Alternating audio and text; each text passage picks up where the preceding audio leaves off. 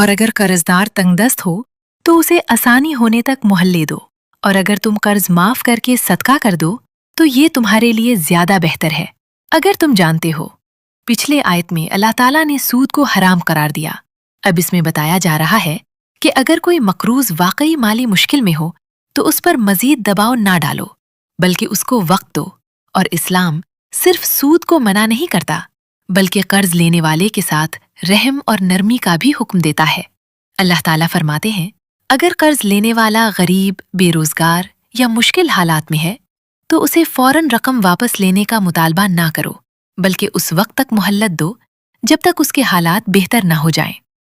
رسول اللہ صلی اللہ علیہ وآلہ وسلم نے فرمایا، جو شخص کسی تنگست کو مہلت دے یا اس کا قرض معاف کر دے تو اللہ تعالیٰ اسے اپنے عرش کے سائے میں جگہ دے گا۔ سبحان اللہ۔ ایک اور حدیث میں ہے، جس نے کسی مقروض کو مہلت دی اسے ہر دن کے بدلے 7ویں کا ثواب ملتا ہے۔ مہلت دو کا مطلب یہ نہیں کہ قرض ہمیشہ کے لیے ختم ہو گیا، بلکہ اگر مقروض واقعی مشکل میں ہے تو اسے وقت دو، اس پر سختی نہ کرو، بار بار ذلیل نہ کرو، دھمکیاں نہ دو، اس کی مجبوری کا فائدہ نہ اٹھاؤ، اور ساتھ فرمایا کہ اس کو معاف کر دو تو بہتر ہے۔ یہ آیت 2 درجے بتاتی ہے۔ پہلا درجہ انصاف، قرضدار کو مہلت دو۔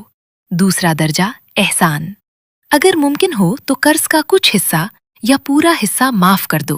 اللہ فرماتا ہے، یہ تمہارے لیے زیادہ بہتر ہے۔ سبحان اللہ۔ اس آیت میں اسلام کا حسن اخلاق، رحم، ہمدردی اور معاشرتی انصاف پوری وضاحت کے ساتھ نظر آتا ہے۔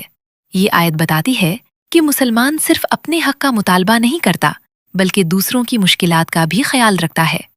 جزاک اللہ۔